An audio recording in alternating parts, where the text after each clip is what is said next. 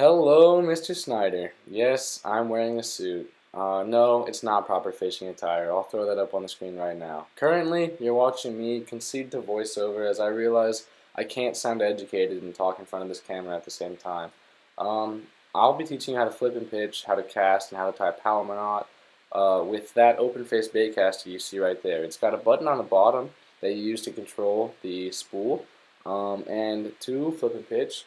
What you want to do is you want to make sure that your line is off of the tip of your rod, that your lure is about in line with your reel, maybe 7/8 of the way down your rod, and that you have your thumb placed on the spool and on the button. What you do is you'll push the button, and as you let the lure go, it'll swing forward, and as the lure swings forward, starting with your rod tip around maybe 7 o'clock, you'll flip your wrist up to 11 o'clock, and just keep the spool going, and then you'll place your thumb back on the spool to stop it from moving right before the lure hits the water in order to free any tangles. There was a real-time example, and here's a just longer distance example. It's great for short distances and accuracy.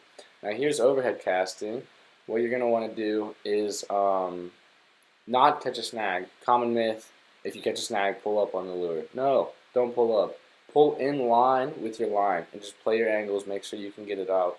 But for overhead casting, what you're going to do is just bring the rod and your lure behind your head over your shoulder, and just as you cast, straighten your arms out and just flick with your wrist. I'm sitting behind here, behind my computer making a motion, but you can see right there, you just bring the rod back and you flick. Now here, in this setup, we're going to pretend that this rope is fishing line, that binder clip is a hook, and that my car keys are a lure.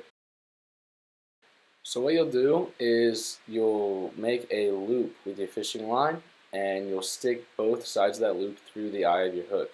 Once you stick both sides of that loop through the eye of your hook, you're going to tie a simple overhand knot using the loop, and then you'll wet the knot, and you'll make the loop big enough to where it passes through, to where it can have your hook and your lure pass through the loop itself. Then you just bring it back around and you tighten everything down.